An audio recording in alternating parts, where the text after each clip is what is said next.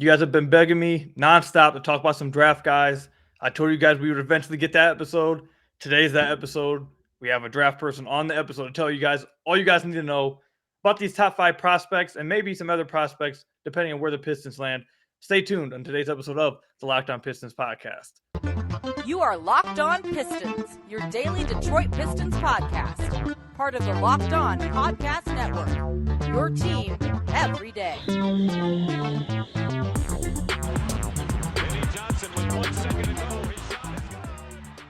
What's the deal? Welcome back to another episode of the Locked On Pistons podcast. This episode is brought to you guys by BetOnline. BetOnline has you covered this season with more props, odds, and lines than ever before. BetOnline, where the game starts. Per usual, I'm your host, Kuka Hill. You can find me over on Twitter at Kuka Hill. I want to thank you guys for making Locked On Pistons your first listen of every single day. We're free and available on all your podcast platforms. And if you haven't already, or if you're one of the 50% of people who are watching this on YouTube or are not subscribed, make sure you hit that subscribe button over at our YouTube channel, Locked On Pistons. Best way to support the podcast. We are closing in on 2,000 subscribers, continuing to show Locked On, and we're the best and fastest growing fan base at the Locked On Network. So again, head over to the YouTube channel, Locked On Pistons, and hit that subscribe button. I'd really appreciate it. But you guys have been begging for this episode for a while, guys. You guys have been nonstop asking. It's getting close to the end of the season, Koo. It's getting close to the end of the season. When are you going to talk about some draft guys? I know you don't like drafts. I know you don't like the college game, blah, blah. When are you going to get someone on to talk about it? I've been promising you guys it was going to come sooner or later. Today's the day. I've been lucky enough to bring on Locked On's very own draft guy, Richard Stayman. Richard, how you doing, man? Thank you for coming on. Hey, it's always a pleasure to be on a tanking team show. It's actually one of my favorite podcasts to be on. A lot of people that watch the videos or listen to the podcast get mad anytime someone says tanking. So you might get a few harsh messages, but rebuilding, 100% rebuilding. Restore, I guess. Troy River loves the word restore. So I guess we'll use that to try to keep the angry mob off our heads. But how you doing, man? You doing good? Yeah. It's it's been a weird draft season. I still have no idea what I'm doing. It feels like half the time because this draft is just so weird. It really reminds me of 2020. There's no consensus. Last year was very straightforward. We knew who the top guys were. This year, you can make a case that someone drafted outside of the top 10 or lottery will be the best player in the draft. So it's been a bit of a headache. Interesting. So I guess the first place we'll start off here. I'm going to basically, guys, give it up to Richard. I'm going to let him really take it from here because you guys know I don't watch college basketball. I'm not a big college person. So I'll start off with a simple question, and then he'll probably branch it off from here. So, but I'll don't worry, I'll still be here asking questions. I'll like mediate this thing moving forward. But let's start off with this, Richard. Who do you think is the top 5 prospects in this draft as of right now? I mean, I've heard the names. I'm gonna mispronounce his name. Paolo Banchero. Is that his name? Banchero. You were close. You were close. Okay, yeah, close enough. You got, was it Jaden Ivy? You got Chet Holmgrem. You got Jabari Smith, and then there's another one that I'm forgetting. But those are the 5. Those are the guys that I've heard a lot of. Are those guys like your consensus top 4, top 5-ish guys, or is there someone else that I haven't heard about? No, I think you hit the consensus top 4. I think that's where a lot of people draw a line. Personally, I actually have Jaden Ivey number 5. He's seen around 3 or 4, depending on your opinion of Paolo Banchero. But my top 5 is Jabari Smith number 1, and that actually feels like the consensus around the league. It's changed. I originally had Paolo at number 1. I think Chet is the most productive player in the country and he's probably the most talented player in the country, but he comes in at number 2. And then I moved Paolo Banchero down to number 3. Defense is a little bit inconsistent. That was seen against Michigan State in that round of 32 game. His scoring has kind of dropped off, especially come down the stretch from February to close of season, or really until the NCAA tournament, I should say. He was shooting under 40%. That was really disappointing. Jaden Ivey has a little bit of all the classic speedy guards. So excuse my cliche comparisons here, but he's a blend of John Wall, De'Aaron Fox, Ja Morant, that school of guard, but a little less point guard oriented and more scoring guard oriented. And then the 5th one, this is where everything gets wide open. You're going to see a lot of people put different guys in number 5. I personally have Duke's AJ Griffin. He's a solid wing, pretty much a prototypical wing that you would want, being able to defend and shoot at a really high level. I think he'll be able to eventually score off the dribble and play make a little bit. Just does everything you want out of a modern wing. So that's my top 5. All right, so let's take it a different avenue here, and we'll end up getting all you listeners out there. Just be patient. I know you guys are just chomping at the bit for this content. You guys have been waiting all year for this from Locked On Pistons podcast. But let's just take it slow here. So Richard, let me ask you this.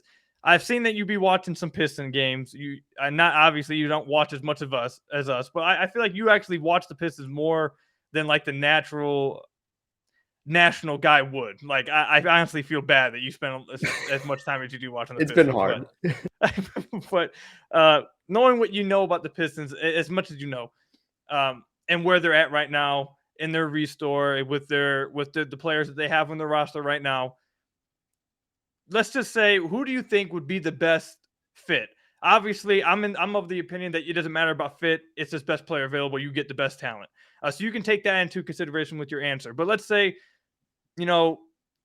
they could land number 1, number 2, number 3, wherever. Who would you think the Pistons would be wise on taking? Let's say if they had the number 1 overall pick or whatever. Just who do you think is the best fit for this roster? Yeah, I'm still going to go with my number 1 overall player in Jabari Smith. I've compared him to Klay Thompson at 6'10". I think he's a 6'10" Klay. And you look at the 2011 draft, he's probably the 3rd or 4th best player at worst in that class. And if you're guaranteeing that, and that's in a stat class, the only people he's behind are Kyrie Irving and Kawhi and maybe Jimmy Butler. When you're looking at that caliber of a player, though, that's a really good pairing next to an elite up-and-coming lead ball handler like Cade Cunningham. The other one who I would go with, it's really hard to choose between these two. Chet Holmgren. I mean, get Cade a lob threat that can consistently defend and play 30 minutes a game, dominate on both ends, and can stretch the floor, because he just doesn't have that. And I really do think, like I said, Chet has probably been the most productive player in the top 5, but the big concern with him is, can his body sustain an 82-game season? I don't think skill is at all at question and why he would drop. So actually, that's what we're going to take it to next after the ad break. We're going to talk about Chet Holmgren. I feel like he's the guy right now that I'm hearing people talk about a lot because of how talented he is, but also what you just mentioned. Lastly, his body, his lack of size, that kind of thing. So we'll talk about Chet Holmgren when we come back from the ad break. Make sure you guys stay tuned. We're just getting started here, but first, let me tell you guys about one of our sponsors, your guys' favorite sponsor, Built Bar. This is the time of year that I've pretty much given up on all my New Year's resolutions, but not this year. I'm sticking to my resolution to eat right, and it's thanks to Built Bar. It almost feels like it's not even really a resolution because I actually enjoy eating them. Have you guys tried the Puffs bar? If you haven't, you're missing out on one of Built Bar's best tasting protein bars. Puffs are the first ever protein-infused marshmallow. They're fluffy, they're marshmallowy, they're not just a protein bar, they're an absolute treat. And they're covered in 100% real chocolate. And get this, all Built Bars are covered in 100% real chocolate. Yes, 100% real chocolate. Low calorie, high protein. Replace your candy bars with these. They taste better. They're better for you. A typical candy bar can be anywhere from like 200 to 300 calories. Go to Built.com and scroll down to the macros chart and you'll be absolutely blown away. High protein, low calories. High fiber, low carbs. Most Built Bars contain 130 calories, 4 grams of sugar, 4 net carbs, and 17 grams of protein. Compare that to a candy bar which usually has around 240 calories, 30 grams of sugar, and dozens of net carbs. And Built Bar has all kinds of flavors to suit you. Mint brownie, coconut almond, new flavor this month, white chocolate cookies and cream. You guys know my favorite, peanut butter brownie. You got cherry barcia, raspberry, strawberry, all kinds of flavors. Make sure you're going to Built.com to see all those flavors, and make sure also you're staying tuned to the limited time flavors, which they're coming out with almost every single month. At Built Bar, they're all about the taste. They make it delicious first, then figure out how to make it healthy. I don't know how, but they pull it off every single time. So again, go to Built.com, use promo code LOCK15, and you'll get 15% off your order. Again, use promo code LOCK15 for 15% off at Built.com. Built Bar, the best tasting protein bar ever. So I want to thank you guys again for making Locked On Pistons your first listen of every single day. We're free and available on all your podcast platforms. If you haven't already, head to our YouTube channel, hit that subscribe button at Locked On Pistons. I'd really appreciate it. On our road to 2,000 subscribers, continuing to show Locked On that we are the best and fastest growing fan base at the Locked On Network. So again, go to Locked On Pistons on YouTube, hit that subscribe button. I'd really appreciate it. But Richard, Chet Holmgren, I feel like it's the hot name being talked about amongst NBA Twitter, amongst NBA fans, the community. I don't, maybe not so much that he's the consensus number 1 guy, but I feel like he right now, at least right now from the outside point of view, from my perspective, he's the most interesting, controversial, hot topic one out there because, like you mentioned before the break, it seems like he's ultra talented, he's ultra skilled. However, I believe I just saw that this dude is 7 feet and weighs 190 pounds. So before we even get into his body and whether you have legit concerns about that and all that kind of stuff, just tell us, what is his strengths, what are his weaknesses, what makes him special, and what are some things outside of his body that maybe he needs to work on at the next level to really reach his ceiling? Yeah, it starts with the fact that he's an elite shot blocker. His timing is unreal. He knows when guys are going well before they're going up with their shots. And on top of that, his ability to shoot is going to translate. The numbers don't exactly stick out. He's only shooting 73% from the line. And I think it's like 36% or something from three. But he's also a big man. So you kind of have to tone down those expectations we have with wings and guards. He also, the ability to hit a trailer three for him, he's a little bit sometimes slow to reach the offense. And he's not a slow player, but I think he uses that to his advantage. He looks like some of the best stretch bigs at times with that, like Vucevic will be a late trailer and hit those threes. That's what he can do. He's a really good passer, can pass out of double teams. He doesn't panic at all. His instincts just overall on both ends are phenomenal. And, you really don't see these guys. You do see some of these guys with the ability to shoot, an ability to block shots and all that, but they don't have a real strong feel for the game. I'm a Magic fan. I've seen Mo Bamba do this forever, and he can shoot and he can block shots, but he doesn't do any of that unless it's handed on a silver platter. Chet, on the other hand, can create those looks himself, whether it's going to the right spots off ball, setting it up himself. He can dribble a little bit, has taken it coast to coast at times, and brought the ball up to hitting the transition three, all of it. He really clicks on that end. The big issues for him in terms of hitting his upside, I would say there's two things. One, he uses his hands a little bit too much on defense. It burned him at times against Memphis. We did see him foul out. Granted, it was like with 8 seconds left. It was a useless foul. And then on top of that, he also, in order to really be that unicorn he's built to be, he needs to be a better creator. And something he was hyped up as in high school was he could handle the ball and be a point center. He needs to just grow those handles. But the fact that we're saying any of that about a center is ridiculous. He's well beyond the development range right now. So do you think that he has the potential to be a superstar type of player? Look, we've seen a lot of these unicorns, right? Dating back to, I'd say there's probably been 3 that come off the top of or 4. There's been Poku, Porzingis, Bol, and I know I just drew a blank on somebody else in this. And I know it was somebody who's close to home. Maybe it was just Bol because I know the trade thing happened. But he's really the 4th. And I would say he's the truest one to a unicorn. And it's that feel for the game. It's elite. It really separates him from all the other guys that have never been able to hit. Because Porzingis had the handle and he still has some feel for the game issues. Chet Holmgren doesn't have that. All right, so obviously the big elephant in the room is his weight, his size, his body. Do you have concerns about whether he'll actually be able to put body weight on, that he'll actually be able to build up that strength?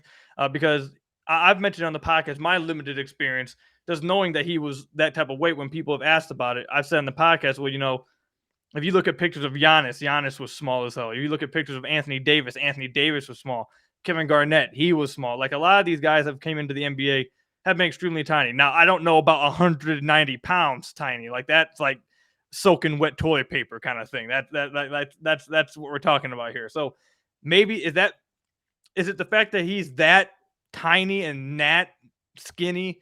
Is that a legitimate concern? Because like I said, I remember seeing Giannis when he was small, but I don't know if like if he was this, like I look at Poku when I see him, that's kind of like how skinny I look at this dude when I see this. Now, I don't watch college basketball, so I may be completely off base. But just looking at this dude, he looks like he's not just skinny. He looks like he may be extra, extra skinny, like a little too far down that route. Do you think he actually will be able to put weight on? I think it's going to come down to work ethic and, hopefully the right team bulks him up. I really don't know how it works. I have long arms and it's hard for me to bulk up and I work out a lot. I can't really go off of me though because I'm 5'10" with like a 6'3", 6'4" wingspan. It's a little bit different for a 7-footer. But if he's in the weight room a lot and he's really working on adding strength, I do think a lot of it comes down to work ethic. Giannis didn't walk into, he didn't get forced into that frame. He did a lot of that himself too. I've seen Kristaps Porzingis added a lot of weight. He was also ridiculously skinny coming into the league. It does happen. I think he's limited in how much he can add weight. I think that's more of the issue, more than can he add the weight. So this is my final question with Chet, and we'll try to move on to some other prospects. let's say he doesn't add on like a ton of weight. If he doesn't, let's say he just gets up to maybe 205, 200, 205. Maybe he just gets to there if he's actually 190. I know these measurements be like lying sometimes. Like we were told Cade was 6'8" and he's like 6'7" or 6'6" right now. So I know the measurements lie, but let's say he actually is 190. Let's say he only gets up to 205. Do you think he can still be that player, or do you think if he only gets to 205, that will legitimately hold him back from reaching what people think he could be? I don't think it's like a massive ceiling limiter, but it is to some extent. The thing with him that I really like is, one, he knows how to use his length, and that's really on both ends. Is on the defensive end, it comes down to he knows how to dance around guys. I think he has the ability where, his arms really don't hit guys on the way because they're so skinny. So wherever his hands are, it's kind of where he is. And on the offensive end, he's kind of slithery, I would say, with how he can dance through defenders, whether it's passing or finishing around, because he just doesn't have as much body to be going into guys. So in some ways, maybe it's a galaxy brain take that it could be that could help him, but I think it's more of a ceiling limiter more than an actual overall limiter. All right, fair enough. So actually, I know I said this last question would be last question, but I lied. This will be the last question, and then we'll move on. If you were a GM, is his weight and his size, would that be enough to scare you away? If you had the number 1 overall pick, I know you said you have Jabari. I believe you say you have Jabari number 1. But let's say you're a GM and you're in the front office that really likes Chet, and you're with the final say. Your guys really like him. Is his weight enough to make you pass on him? Would that be enough to scare you away and be like, no, in a draft like this, I'd rather take Jabari. I'd rather take, Bankero. You'd rather take Ivy. Like, is his weight enough do you think it will be enough actually to scare GMs away to where you actually will see him fall? I think some GMs will get scared. I think it's really going to come down to who gets the number 1 pick. But if it were me, look, like I said, we've seen these unicorns. We saw Poku came in really skilled, but very, very not polished. Bol didn't have a work ethic and, injury history, all that stuff. Porzingis wasn't that productive before coming over to the NBA. Chet Holmgren has something none of those guys have, which is crazy good production with the work ethic. No flags there, at least. We saw flags at Oregon, and we haven't really seen an injury history. It's kind of something that we're just predicting more than actually going off of. There's other players in the draft, like AJ Griffin has a real injury history, and, nobody's holding that over his head, even though he really has had it. Whereas Chet has that over his head. I would say, with that production, I think it translates. I think the skill absolutely translates. If he's playing 62 games, I still take him number 1 every year. Like if he's, missing 20 games, fine. I would take the production with it. Okay, fair enough. That's some hefty praise to be if you miss 20. I feel like that kind of is how people basically are with Anthony Davis now. Like, oh, well, you're probably not going to get 80 games out of him, but Anthony Davis at like 65 games, that's still, what is it, like a top 10ish player in the league. So, all right, Chet Holmgrem, everybody. If you guys have any questions for Richard with some of his takes about Chet, go to his Twitter at MavsDraft. You get to tweet him over there. He's a great follow, great dude. Make sure you guys go hit him up over there if you guys have any questions about what you've heard so far. But when we come back from this ad break, we'll try to get into the rest of the prospects, as many as we can before we end the podcast. And trust me, we will have Richard back on before the draft at some point again to talk about it. Probably closer to the lottery than sometime after the lottery when the Pistons actually have the secure idea of where they're going to be at. And we'll probably have them on around then. But first, let me go ahead and tell you guys about some of our sponsors, and then we'll get into the next segment. Let me tell you guys about BetOnline.net. It's that time of year again. As college basketball tournament is finally upon us, which, by the way, I'm not, like you guys know, I'm not a big college guy, but I do root for Michigan, and I saw a lot of trash talking going on with Michigan. I believe they're doing pretty good out there. I don't know any of the players on the team, but hey, I go for Michigan, so I don't know what's happening out there. You guys got to tell me. But from all the latest odds, contests, and player props, BetOnline.net is the number 1 source for all your sports betting needs and info. BetOnline remains the best spot for all your sports scores, podcasts, and news this season. And it's not just basketball. BetOnline is your continued source for all your sporting wagering information needs, including live betting and your favorite Vegas casino games. You guys can go from basketball to football when it comes back. You can go to baseball now that baseball's back, NHL, all this stuff. And don't get me started with blackjack. You get me over there with the blackjack, I'll end over there for like 5 days. Head to the website today to have that fun, or use your mobile device to learn more about the trends in action today. Again, head to the website today at betonline.net, or use your mobile device to learn more about the trends and action today. BetOnline, where the game starts.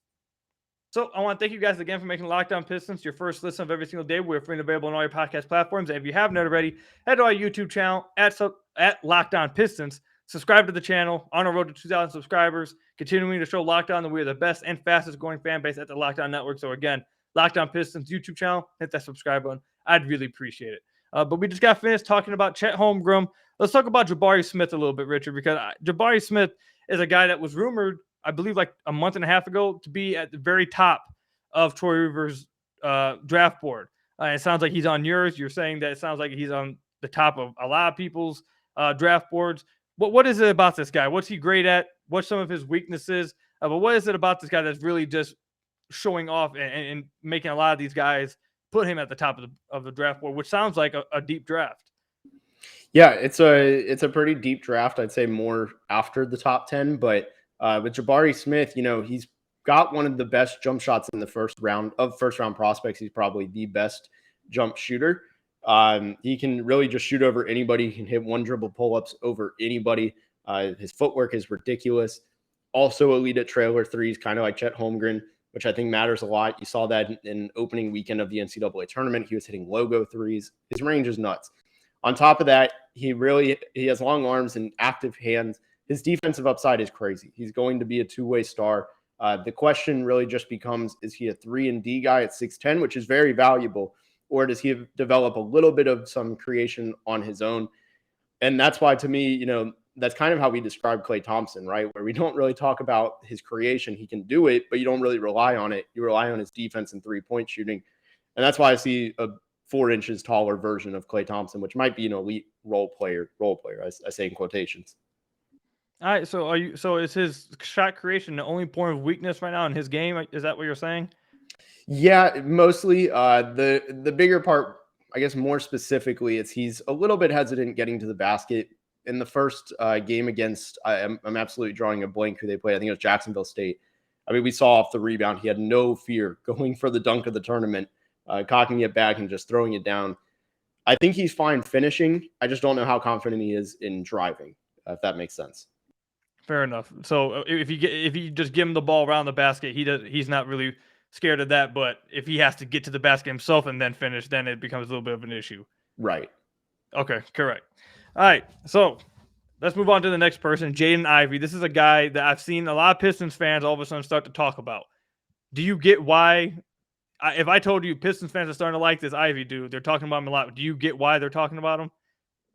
Yeah, I mean, Jaden Ivey is going to be a really strong combo guard. I would say he's not a pure point guard. He's definitely not a shooting guard. He's almost positionless. And I mean, offensively, we've seen the Killian Hayes experiment. It hasn't started very well. I know you're a big Killian Hayes fan. I like his defense a lot too. So no disrespect, but his offense has been rough. Jaden Ivey would come in, he plays average defense. He's skinny, but needs to add weight and still has good feet. But he can get to the basket at will, and I think that really opens up a lot for Cade Cunningham. And Jaden Ivey, his jump shot isn't broken. It's a little bit slow and very just doesn't use a lot of legs. He shoots off his toes, and he just shoots it. Doesn't really bend his legs or anything, but he's got the floater. He can score pretty much stop and pop because he's so ridiculously explosive. I like his fit next to Cade Cunningham. I think he opens up a lot for him. So it sounds like he struggles a little bit with shooting. Yeah. The jump shot and the percentages, I think, undersell his shooting ability because he takes so many threes from well beyond the 3-point line. Like he tries the logo threes, he just can't make them. Fair enough. All right. So Jaden Ivey, we've talked about Chet. We've talked about Jabari. Who's another guy? Let's say the Pistons fall to 5. They can't get Chet. They can't get Pablo. They can't get I'm drawing a blank. Jaden. They can't get Jabari. I don't know if I said Jabari already. But they can't get any of the top 4 guys that we've talked about. Who is a guy that maybe people aren't talking about as much, but could be just as good of a pick if the Pistons were able to get him at 5? I know you mentioned it was his name, AJ Griffin, earlier. Would you think that would fit well with the Pistons, or do you think there's another guy out there that would fit better with the Pistons if they got them at the 5? What I'm about to say is about to be wildly unpopular. I think AJ Griffin's probably the guy. The health does concern me.